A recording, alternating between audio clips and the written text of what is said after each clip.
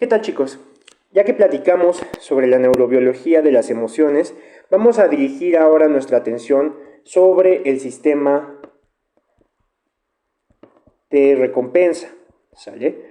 Este sistema de recompensa, que de hecho se conoce de manera más amplia como el sistema de motivación-recompensa, es un sistema que debemos estudiar con amplio detalle para poder entender su papel en uno de los síndromes clínicos más desafortunados, pero que nos vamos a enfrentar de manera cotidiana en la práctica clínica, que es el sistema de motivación-recompensa y su involucro en los síndromes adictivos, ¿sale?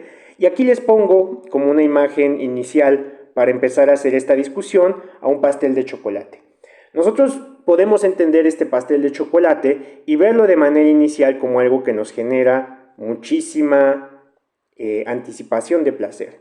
Aquí podemos ver las fresas, podemos ver el chocolate que se desliza y podemos ver las capas de chocolate con crema que generalmente, si a alguien le gusta lo dulce o le gusta el chocolate, pues se le va a antojar muchísimo comer este pastel. Ahora, si nosotros tenemos hambre, muy probablemente nosotros tengamos una alta motivación para comer el pastel, ¿sale? Entonces vamos a querer comer este pastel por sobre todas las cosas porque tenemos hambre y comemos algo dulce. ¿Qué pasa, por ejemplo, si acabamos de comer algo dulce? Si acabamos de comer algo dulce, pues muy probablemente vamos a tener baja motivación y no importa qué tan apetitoso se vea este pastel, nuestras ganas de comernos este pastel van a ser cada vez más bajas. Entonces, un mismo estímulo puede tener diferentes respuestas en función de este sistema de motivación. Y en general vamos a ver que lo que nos va a dar un sistema alto o bajo de motivación va a tener un componente contextual muy importante. Es decir, bajo ciertas condiciones se nos va a antojar muchísimo este pastel, pero bajo otras condiciones no vamos a tener ni ganas de verlo ni de tocarlo. Este sistema de motivación es lo que nos va a dar diferentes características en función de lo que nosotros vemos. Por ejemplo, si nosotros vemos en el reino animal un animalito que se acerca a un depredador, por ejemplo, y este animalito es su presa. Si el depredador tiene hambre, va a tener alta motivación para atacar a su presa. Pero por ejemplo, si el depredador lo que tiene es sed, no importa que su presa esté cerquita, no la va a atacar porque su motivación va a ser baja. Esto significa que la motivación va a ser un componente importante para poder llevar a cabo actividades donde lo que se busca generalmente es saciar una necesidad. Entonces, generalmente va a ser en función de la recompensa esperada, ¿sale? Entonces, ¿qué tanta motivación tengamos para llevar a cabo una acción? Depende de esta recompensa. Si la recompensa es ya no sentir hambre, pues en este caso el depredador se va a comer a su presa. Si la recompensa es no sentir sed, pues en este caso la motivación va a ser baja y no va a haber un ataque directo hacia la presa, ¿sale? Entonces hay diferentes formas de conceptualizar esta motivación.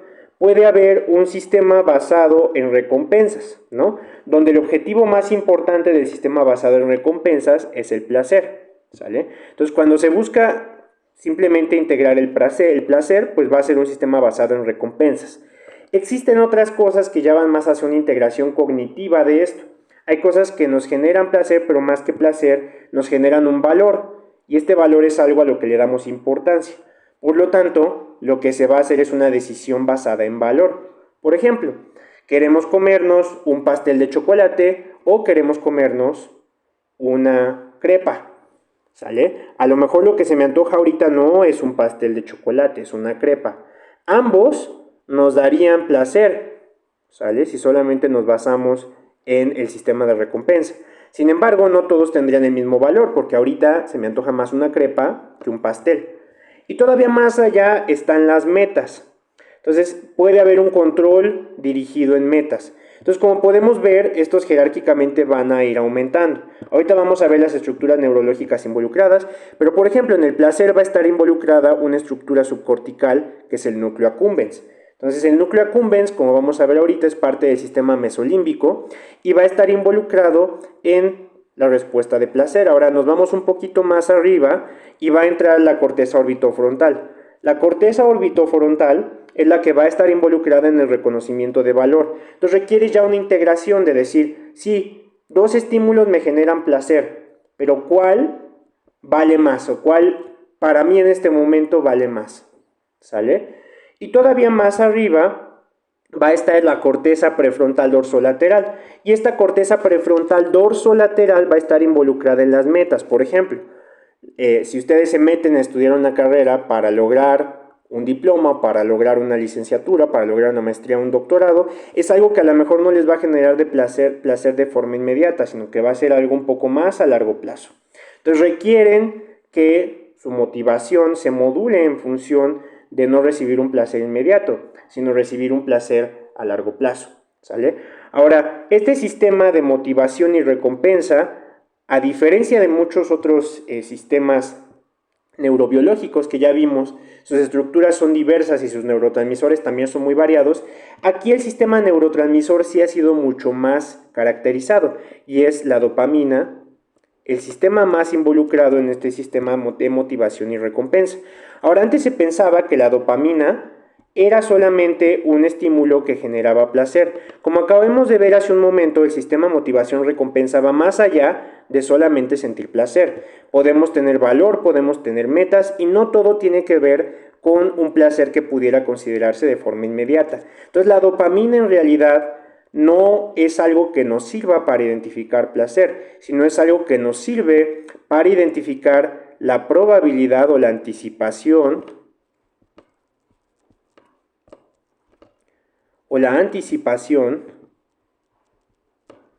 de generar recompensa, ¿sale? Entonces esta recompensa puede ser placer a corto plazo, ¿sale? O puede ser valor, o puede ser a largo plazo una meta. Entonces la dopamina lo que va a hacer es que va a modular esta probabilidad anticipatoria de generar una recompensa. ¿Cómo sabemos eso? Bueno, porque por ejemplo, cuando se hacía un estudio donde lo que se veía era darle un estímulo visual y después darle, por ejemplo, un aperitivo o un jugo al animalito, después se le presentaba el estímulo visual y de todos modos se liberaba dopamina, aunque todavía no se le diera el juguito. Entonces esto era una respuesta de tipo anticipatoria, ¿sale? Ahora, ¿qué pasaba, por ejemplo, si nosotros no le dábamos el juguito? Pues bueno, si no le dábamos el juguito, se disminuía el disparo de las neuronas dopaminérgicas. Si nosotros sí le dábamos el juguito, disparaban todavía más las neuronas dopaminérgicas. Lo que quiere decir que esta respuesta anticipatoria se potenciaba por algo que confirmaba la potencial recompensa, ¿sale? Entonces no es un sistema generador de placer, es un sistema anticipador de recompensa. Ahora, los modelos neurobiológicos que han tratado de estudiar este sistema de motivación-recompensa, lo que han hecho, por ejemplo, es identificar la estructura neurológica que está involucrada, que es el área tegmental ventral, ¿sale? Esta área tegmental ventral es un área dopaminérgica que se ha visto que es el origen del sistema de motivación-recompensa. Entonces, esta área de motivación-recompensa manda aferencias a diferentes centros dopaminérgicos y va a permitir generar un estímulo de motivación. Y esta motivación pues va a dar una respuesta específica ante la búsqueda de esta recompensa, ¿sale? Entonces, por ejemplo, aquí tenemos un ratoncito que tiene un electrodo que activa directamente al área tegmental ventral. Y lo que se veía es que cuando se mueve esta palanca, se manda un impulso que activa directamente al área tegmental ventral. Los animalitos, cuando se les ponía este electrodo, insistían en seguir impulsando esta palanquita y seguir activando su área tegmental ventral. Y lo hacían de manera tan constante y tan constante y tan constante que incluso dejaban de comer, incluso dejaban de dormir e incluso fallecían porque no comían, no bebían, no hacían nada más que estimularse, ¿sale? Lo que quiere decir que lo que activa el área tegmental ventral es un sistema de motivación que origina la búsqueda de una recompensa, ¿sale? Entonces, esta área tegmental ventral activa la búsqueda de recompensa.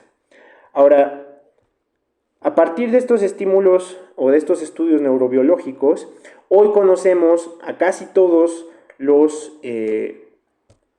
participantes en este sistema de motivación-recompensa. Por un lado, tenemos a nuestra área tegmental ventral. Esta área tegmental ventral va a mandar neuronas dopaminérgicas hacia el hipocampo. En el hipocampo, por ejemplo, vamos a tener los sistemas de reforzamiento, ¿sale? Entonces, en este hipocampo nosotros vamos a tener el aprendizaje sobre todo de reforzamiento positivo. Por ejemplo, sabemos que si hacemos algo bueno, podemos obtener algo de valor o podemos obtener una meta, ¿sale? Esto puede ser aprendido a través del hipocampo. Vamos a tener también una aferencia directa a la amígdala. Ya vimos que la amígdala va a jugar un papel importante para el reconocimiento de ya sea estímulos que nos generan placer, como pudiera ser la actividad sexual, o también para estímulos que nos generan una respuesta aversiva, como pudiera ser el miedo.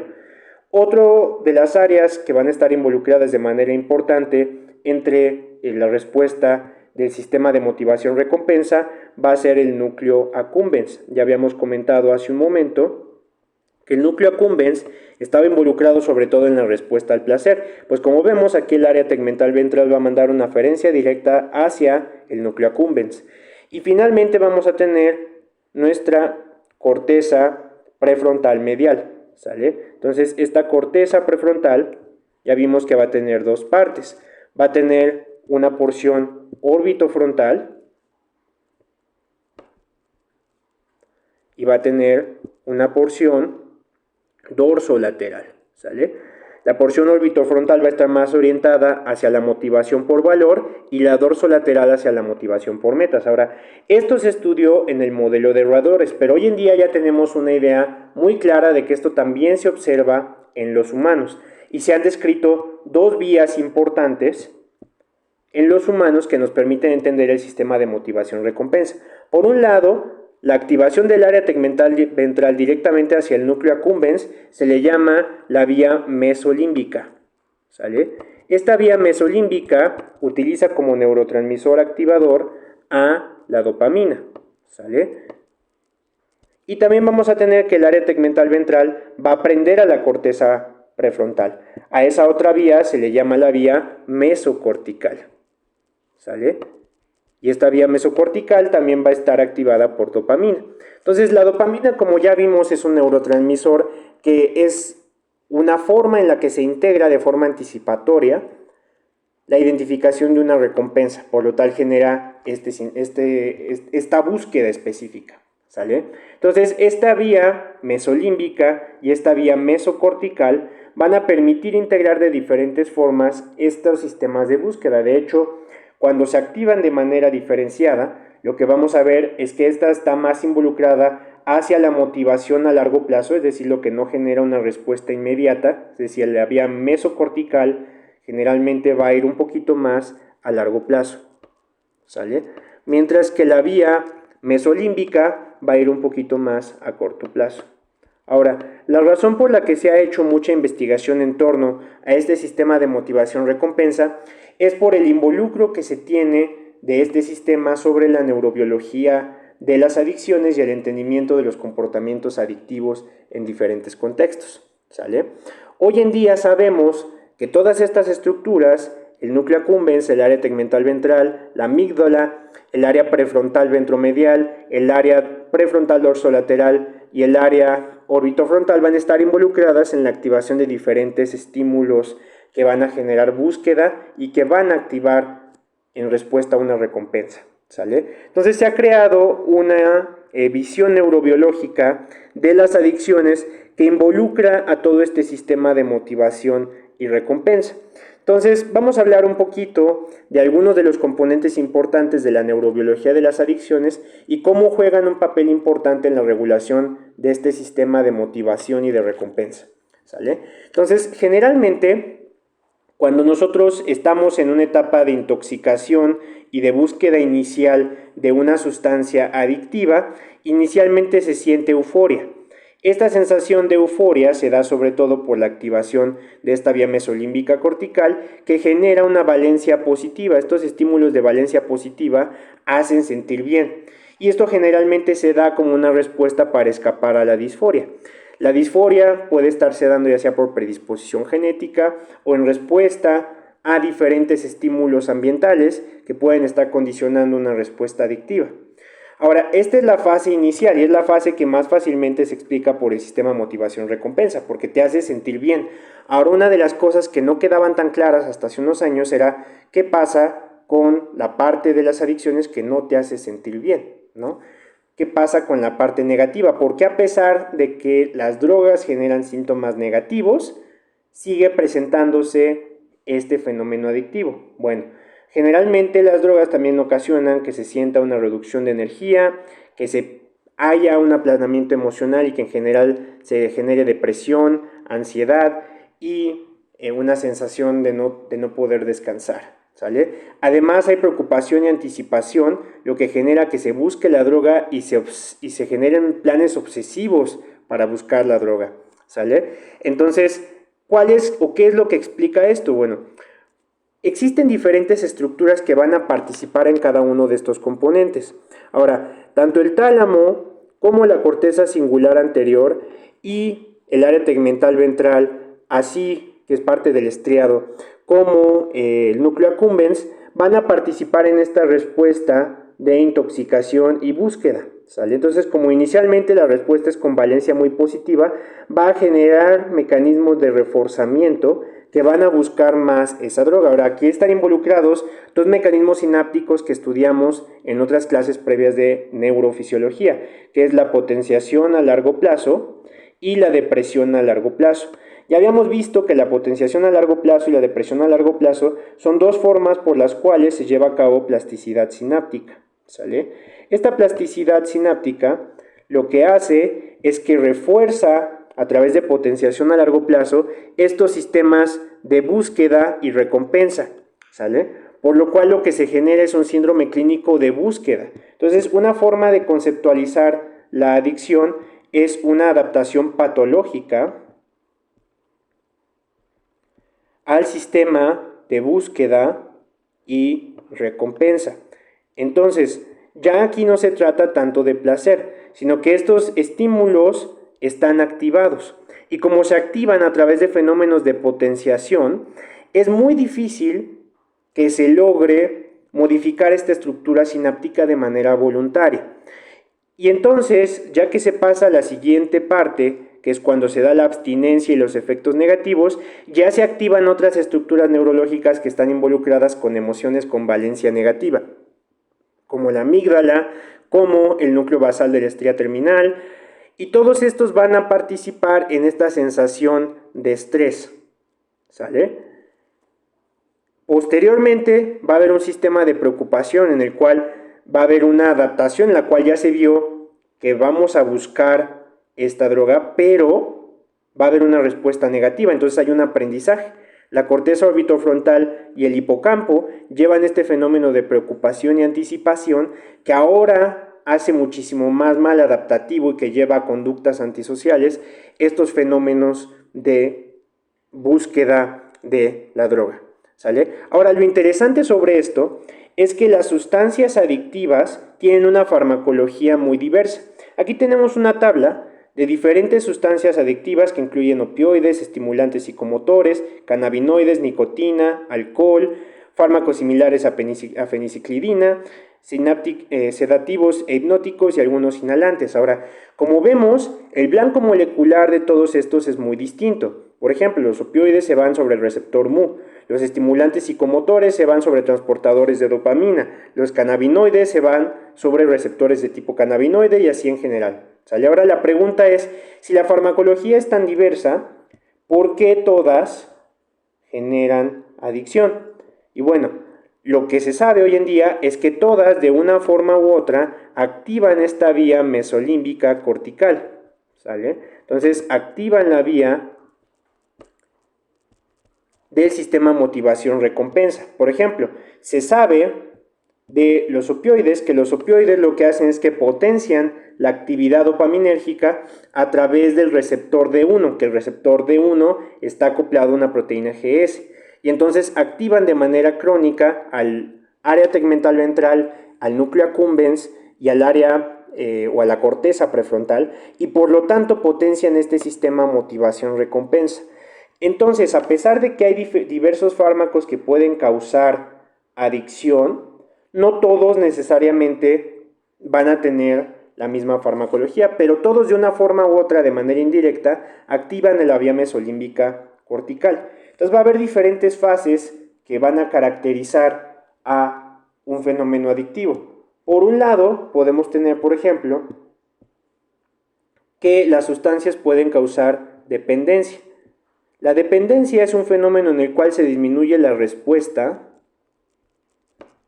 ante nuestra droga. Y cuando nosotros tenemos una disminución de dependencia, perdón, cometí un errorcito. El fenómeno que yo estaba describiendo es la tolerancia, ¿sale? Entonces la tolerancia es cuando nosotros tenemos cada vez una menor respuesta ante una misma dosis de una droga, ¿sale? Posterior a la tolerancia, nosotros podemos tener otro fenómeno que se llama sensibilización. En la sensibilización, básicamente, lo que nosotros vemos es un fenómeno opuesto, en el cual observamos progresivamente una mayor respuesta. De hecho, este fenómeno de sensibilización inicialmente es lo que nos lleva a desarrollar estos fenómenos de dependencia o adicción, ¿sale? Y la dependencia, que ahora sí es distinta de la tolerancia, porque es un fenómeno adaptativo que se da cuando nosotros damos de manera frecuente un fármaco y lo detenemos. Entonces la dependencia nos va a ocasionar algo que se llama abstinencia, ¿sale? Y hay diferentes fenómenos moleculares que van a estar involucrados en la dependencia. Generalmente la dependencia lo que hace es que habitúa a nuestro organismo. Ahora, hay sustancias que causan dependencia, pero no son drogas. Por ejemplo, algunos fármacos como los agonistas alfa-2 adrenérgicos como la clonidina, cuando se suspenden, van a ocasionar, como lo que hace este agonista beta-2 adrenérgico, es que disminuye la presión arterial. Cuando nosotros lo damos, estamos teniendo una disminución importante, pero cuando la quitamos, ocasiona una hipotensión muy severa, ¿sale? Porque se da una adaptación a la administración del fármaco que modifica la respuesta a la tensión arterial, ¿sale? Entonces hay fármacos que causan dependencia, pero no necesariamente causan adicción. Ahora hay diferentes mecanismos que han estado siendo estudiados como respuesta a estos fenómenos de dependencia. Entonces, por ejemplo, lo que se ha visto es que a través de diversos mecanismos existen drogas, que lo que van a hacer es que van a modificar una respuesta mediada por AMP cíclico, ¿sale? Entonces, como nosotros vamos a tener que el sistema mesolímbico cortical se activan receptores dopaminérgicos, hay que hablar brevemente de estos receptores. Tenemos nosotros dos grandes receptores, los receptores de tipo D1 y los receptores de tipo D2. Los receptores D1 van a estar acoplados a una proteína de tipo GS, es decir, son estimulantes, ¿sale? Cuando se activa la proteína G, aumenta adenilato ciclasa. Los receptores de tipo D2 van a estar acoplados a una proteína de tipo GI, es decir, disminuyen adenilato ciclasa. Bueno, lo que se ha visto es que cuando se administra un fármaco, por ejemplo, como la morfina, que puede activar la vía mesolímbico cortical a través de receptores de tipo GI, esto disminuye de manera aguda los niveles de AMP cíclico, ¿sale? Entonces, como disminuyen los niveles de AMP cíclico, durante la tolerancia y la dependencia, progresivamente los van a disminuir cada vez menos, ¿sale? De tal suerte que cuando está el fármaco, esto se va a dar a que AMP cíclico se empieza a producir más, entonces lo sigue inhibiendo, pero los niveles cada vez van a regresar a algo que se parece más a lo normal. Ahora, ¿qué pasa cuando se suspende el fármaco? Como lo que se estuvo haciendo fue aumentar progresivamente los niveles de AMP cíclico para que cuando bajen no bajen tanto, pues ahora suben muchísimo los niveles de AMP cíclico y esto puede ocasionar un síndrome de abstinencia, ¿sale? Lo mismo pasa con la inducción de la proteína sinasa A por adenilato ciclasa, ¿no? Lo que nosotros vemos es que la proteína sinasa A cada vez va a irse induciendo más y más y más y más y más y más. Entonces, cuando nosotros suspendemos el fármaco, de inmediato vamos a tener una caída, entonces va a haber una modificación adaptativa que se da por estos fenómenos que ocurren por tolerancia y dependencia a diferentes fenómenos, ¿sale? Y esto está dado por la forma en que actúa la vía mesolímbica cortical. Entonces va a haber algunos fármacos que van a activar preferencialmente el receptor D1 y otros que van a activar preferencialmente al receptor D2. Entonces, por ejemplo, los que activan este receptor, pues como este aumenta adenilato ciclasa, van a disminuir de forma maladaptativa los niveles de AMP cíclico. De tal forma que cuando nosotros suspendemos el fármaco, la droga, nosotros vamos a tener niveles de AMP cíclico muchísimo más bajos de lo que anticiparíamos porque estamos acostumbrados a tenerlos altos, ¿sale? Y lo mismo pasa con este, que los baja todavía más para tener una respuesta que sea un poquito más compensada, pero los va subiendo progresivamente. Y entonces cuando lo quitamos, pues se suben, se da un efecto de rebote, ¿sale? Y esto es lo que subyace a algunos fenómenos de abstinencia. Estos cambios neurobiológicos, como mencionamos, están dados por plasticidad cerebral. Entonces, desde luego, participa el receptor NMDA. Ya habíamos visto que el receptor NMDA juega un papel importante en fenómenos de potenciación a largo plazo, ¿sale? Estos se dan sobre todo por un aumento de calcio intracelular y esto puede modificar diferentes mecanismos de respuesta. Ahora, uno que está muy estudiado es este mecanismo que se llama CRB1. CRB1 es un mecanismo de respuesta a adenilato ciclasa, ¿sale? Sobre todo la proteína sinasa A y AMP cíclico van a favorecer la inducción de CRB. Entonces, lo que se ha visto es que en las personas que desarrollan fenómenos de adicción, CRB va a estar alterada su expresión. Y esta alteración en la expresión de CRB1 va a ocasionar fenómenos de tolerancia y va a ocasionar fenómenos de abstinencia, ¿sale? Hoy en día se reconoce que aproximadamente el 50% de un comportamiento adictivo tiene una base genética, ¿sale? Mientras que el otro 50% aproximadamente va a tener un componente ambiental y sociocultural, ¿sale? Entonces, vamos a ver que en algunos casos se va a modificar la expresión de estas proteínas de manera natural y esto va a ocasionar una predisposición mucho mayor a tener comportamientos adictivos. Ahorita solamente hemos hablado de drogas, ¿no? Que básicamente son estímulos externos o lo que se conoce como drogas no naturales. Las drogas naturales generalmente son estímulos que no deberían causar adicción, por ejemplo, comer, sexo, algo que nos puede generar placer de manera momentánea como pudiera ser una apuesta, pero que sí pueden eventualmente ocasionar una adicción.